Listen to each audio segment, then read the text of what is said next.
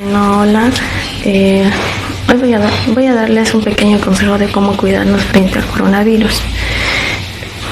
Por ejemplo, para salir al mercado siempre debemos de protegernos. No debemos olvidarnos de ponernos el barbijo, el gorro. Ya si es que no podemos adquirir lo que son el barbijo y el gorro desechable, podemos comprarnos unos de tela, que serían más o menos así.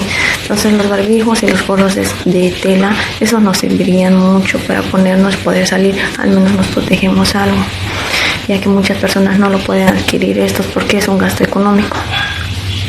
Ya para cuando una vez vayan al mercado y regresen a casa, no se olviden desinfectar las manos y los zapatos más que todo, porque es necesario desinfectarnos los zapatos más que todo, ya sea con lavandina al 1% en la preparación o con alcohol al 70%, que muchas lo están adquiriendo. Es necesario también desinfectarnos con alcohol en gel. El alcohol en gel ese lo podemos ocupar a cada momento, ya cuando agarremos alguna que otra cosa, entonces agarramos nuestro alcohol en gel y desinfectarnos. Una recomendación es más que no se olviden de desinfectarse bien los zapatos. Es necesario que nos desinfectemos bien los zapatos al entrar a casa después de salir a la calle.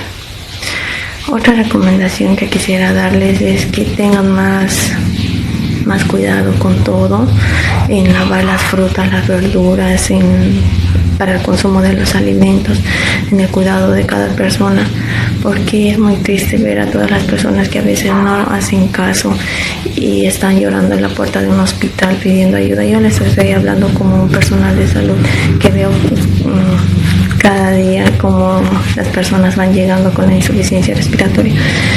El virus es una realidad.